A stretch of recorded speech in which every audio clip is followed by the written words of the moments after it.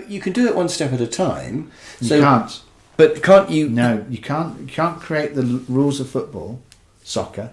You can't create those rules one bit at a time. You can't say, "We'll worry about the goals later." But you could say, "We'll just have a goalie," and then but we'll just have. By then, you've already created quite a lot. Look, you can leave the offside rule for a little while. Yeah. But most of the other rules you've got to create, so it's a coherent game that everyone can play. Yeah. But hang on, because your description was, firstly, we got rid of overtime, and then we got rid of the stores, and then we got rid of. So I'm thinking nibble by nibble by nibble. Yeah. We devolve things. You're right. And I think there's actually two ways you could do it in a nibbly way. Yeah. One would be just to get rid of each function each verb one by one. Yeah. No stores, etc. The other one would be to set up a little pilot study and have one person who's going to do everything. So, put me in there. And then if that works, another and another. And then, gradually grow it like that. So there are two ways that I would say to any organisation, you can try this with quite low risk. Yes. You can. Well, I want to explore that low risk. And I say low risk to who? Yeah. Because it's very high risk for the individuals who are in the bureaucracy. Oh, the people won't like it. If I put in one cell, or if I get rid of the stores, people are going to think, "Oh, I don't like this. Why are you doing this?" Well, what about the purchasing department? How are they going to support these changes? Well, they're not going to like it, are they? Fantastic. What about the accounts department? Tough. You see, and the problem is with all of this, you're actually starting to break down the fundamental structure of the But as long as I business. don't get a mutiny from them before I've built my nucleus of people who can do it themselves, I'll get to a point where there probably will be a mutiny, and they can all leave, and I don't care because I've got my individuals who are doing it. But what about the wider context within your society? Because the people out there and our education system support this reductionist system. So I go and do a degree in marketing, do a degree in sales, do a degree in production. The whole world that we exist within, split up into little boxes. And now you come into this new business, where there's not boxes. In fact, you're doing everything. You're a plumber.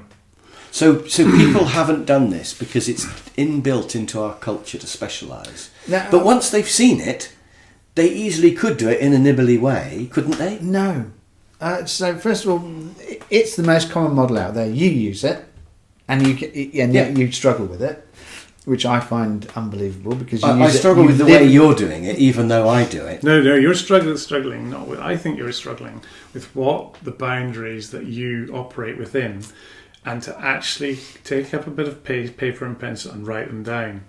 So, what is it? What are these boundaries that you are the sort of they're in yourself, but very difficult to get out of you? Well, like the boundary between sales and production, say. Well, let's say that. Yeah. Oh, yeah. I mean, it's built into everyone. But what I'm saying is, now I've seen yours. Now I finally get it. I'm just thinking, why don't more people do it? So you said about this. Well, maybe they should. But you said about this nibbly way.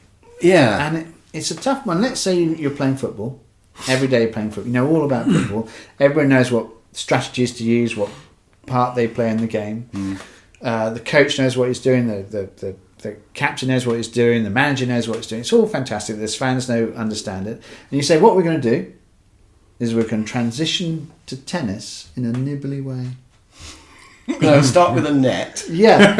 And then we'll make the ball smaller. Okay. So and what you're doing is you quickly break the model you've got if you try to apply it to the whole thing. So you say, well, plan B, how about if we just start playing tennis over here with one volunteer footballer? There's a lot of... People start thinking, that looks quite good, that new thing they're doing.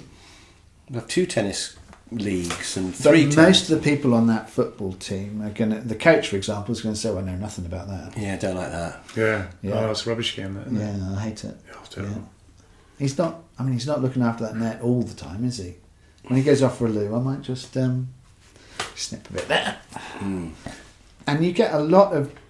I mean, that's fundamentally why lean doesn't work. It's not in people's best interest. If you're going to improve productivity by 10%, and you've got a traditional organisation, unless you can see that there's 10% more work to be had, well, that's 10% less people, isn't it? Yep.